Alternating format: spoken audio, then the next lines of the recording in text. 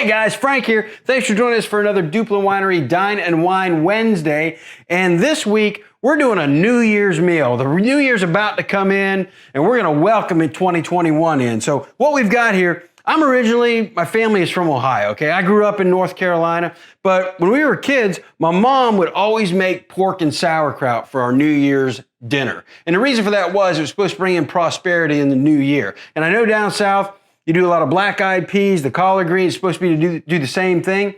But what we're gonna do, I wanna show you a northern meal mixed with a little bit of that southern hospitality. And what we're gonna do for that is we're gonna use our Scuppernong Blush Duplin wine to marinate this pork tenderloin in. Now, I've already done that, okay? So I did some pre-prep work here. This pork tenderloin has been soaking or marinating in that Scuppernong Blush all night. And another thing I've done is I've poked holes in this pork tenderloin because I love garlic. And I took a clove of garlic and I got about 4 holes in each of these and just shoved a clove of garlic down in there. So that's been marinating with that garlic and that Scuppernong Blush, that good southern wine, all night long. So that's why a little bit of discoloration on this. You're gonna get that. When you first put the pork in there, it's gonna look more of a pink color. By the time that has marinated all night, it's gonna get that gray color. There's nothing wrong with it. It's just from that marination process. So we've got that ready. The next thing we wanna do, we wanna put kind of a dry rub on top of that. And I've made our own here. What we've got a roasted garlic powder that I found. This stuff is amazing. It works good on really anything, but it's really good on this. Took about a tablespoon of that, took about a tablespoon of onion powder and a tablespoon of paprika, and then about a teaspoon of meat tenderizer and about a teaspoon of cracked pepper. Mix that all together, and we're just gonna kind of pour this over top of here and just do kind of a dry rub on this as we cook it. Let's get that all over top. And then we'll just kind of pat that in there here in a minute. And get as much as you want, because you can always shake off what you don't need. We'll just push that on there like that. Get that down in there really well. This stuff smells awesome. I mean, it's not even cooked yet, and it smells awesome. So we got that little dry rub. Put a little bit of a crust on top of there. Now, what we're gonna do next is we're gonna cook this bad boy.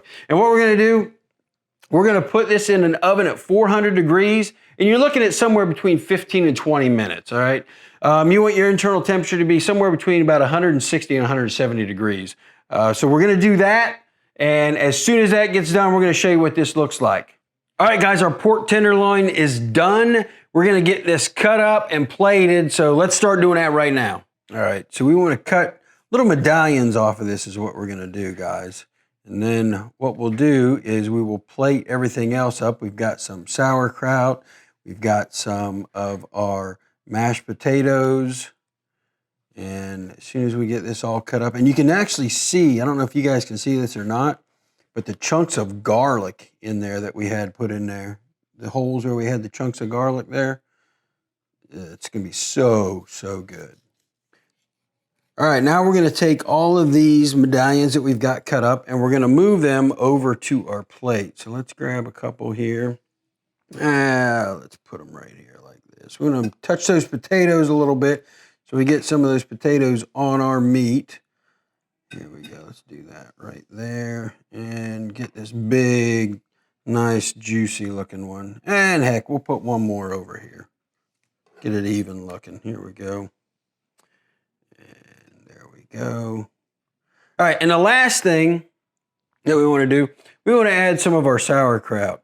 Now, the sauerkraut is what my family anyway always talked about, this being such a prosperity for the new year. That was kind of, in the South, you've got the collard greens. Up north, it was more of the sauerkraut of the prosperity type of thing. And we always like to eat them right on our potatoes. Sometimes we'd have gravy along with this, sometimes not. Usually when we did it with the pork tenderloin like this, we didn't. If we did a pork roast in the oven, we'd have some gravy with it. But when we did pork tenderloin like this, we didn't have the gravy. We just had the sauerkraut right on top of those potatoes right there.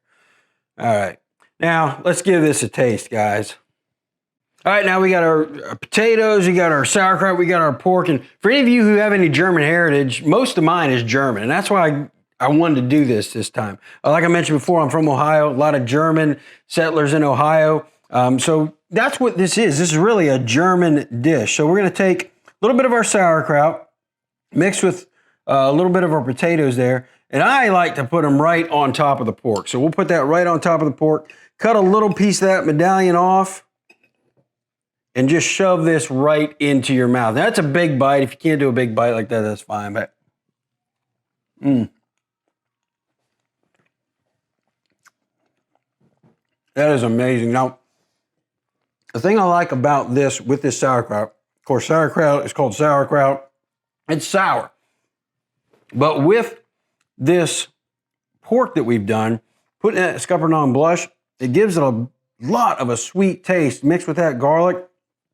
And that just really, really offsets that sour in that sauerkraut.